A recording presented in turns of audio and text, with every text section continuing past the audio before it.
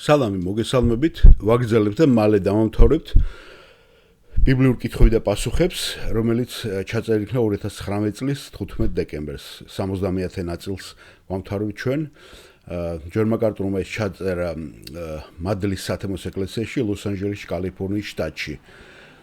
მაინტერესებს რა სამოს ბიბლია სვირინგების, ანუ ტატუების შესახებ. ძალიან საინტერესო კითხვაა, ხომ ძალიან აქტუალური დღეს, როგორც არასდროს სოფლიოში რო უყურებ ეს ფენომენი იზრდება და იზრდება, როგორც არასდროს, რა და ბევრი ჩვენგანის არ არის დაზღვეული ჩვენი ახლობლებისაგან, ჩვენი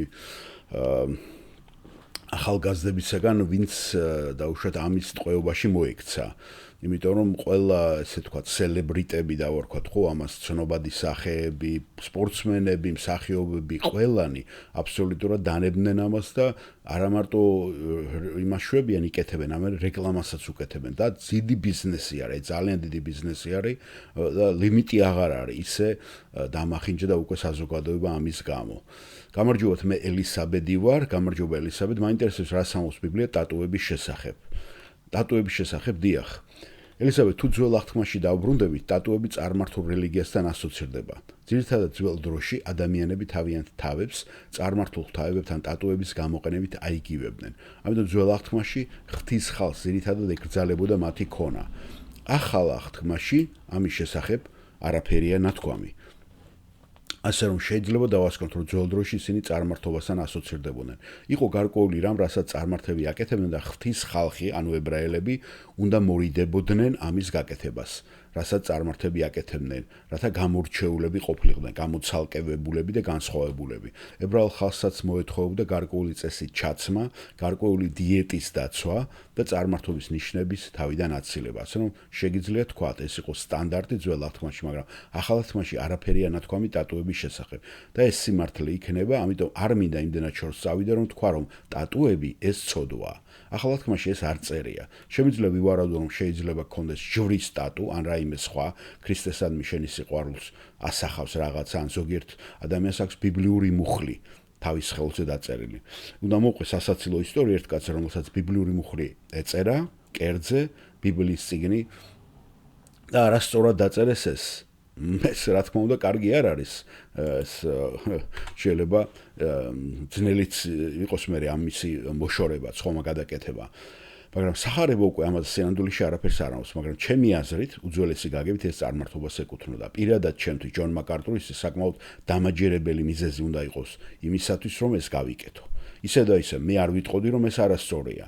მე მაგალითად ტატუ არ მაქვს. მაგრამ არ მინდა იმდენად შორს წავიდე, რომ თქვა, რომ ამის გაკეთება არასწორია, მაგრამ ეს წარსულში წარმართობის ნაწილი იყო.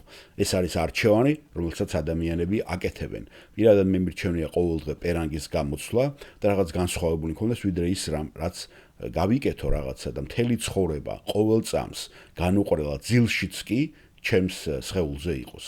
ასე რომ უბრალოდ დაფიქრდით ამ რეალობაზე, რომ თუ ამას გააკეთებთ, შეიძლება მე ამის ამოღება და ამის წაშლა ძალიან გაგიჭირდეთ და ძნელი იყოს და ინანოთ. და პრობლემა სწორედ ეს არის. მაგრამ არ მინდა ვთქვა, რომ თავისთავად ამაში რაღაც არასწორია, რადგან მოდაც კი შეიცვალა. თქვენ იცით, ძველი აღთქმის თანახმად, ქალებს არ უნდა ქონოდათ მამაკაცის ტანსაცმელი და პირიქით. მაგრამ რას ნიშნავდა ახლა ძველ დროში, როცა მამაკაცებიც კაბებს ატარებდნენ, იცით ხომ? ეს იგივე სამოსი იყო და ქალებსაც იგივე სამოსი იყო და ასე რომ დიდი განსხვავება არ იყო.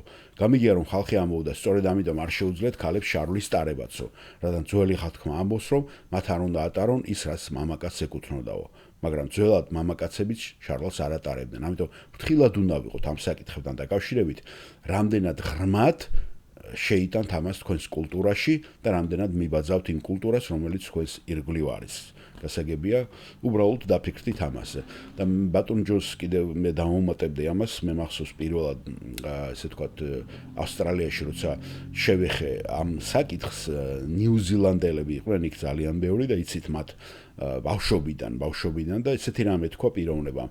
მეო რას წავიღებ საფლავშიო. ამის გარდა მე ვერაფერს ვერ წავიღებო, ტატუზე თქვა, წარმოიდგინეთ, აი, წარმართულ იმებში ეს ინდიელები იქნებიან, განსაკუთრებით ნიუზილანდელებს და კუნძულელებს აქვთ, იცით ხომ ეს სახეზე, ყველაზე მეტად ალბათ ნიუზილანდელებს და მერე ჩვენთან იყო ციხეში, ჯარშიც იკეთებდნენ, ასე რომ მეც არასდროს არ გამიკეთებდი, არც სურვილი არ მქონია სიმართლე გითხრათ, იმიტომ რომ სხეულის ახლა კალათბურთელებიც გადახედეთ ჩვენებს, ფეხბურთელებიც ალბათ არ დამინახე, მაგრამ კალათბურთელები ვნახე ახლოს, ნახეთ როგორ იძულებულები იყვნენ, რომ ამ კულტურას აყოლოდნენ, ხო, სპორტულ კულტურას და მერე ამის გამოჩენა და არა აქ ხო მიზეზი რეებს და რას გააკეთებენ.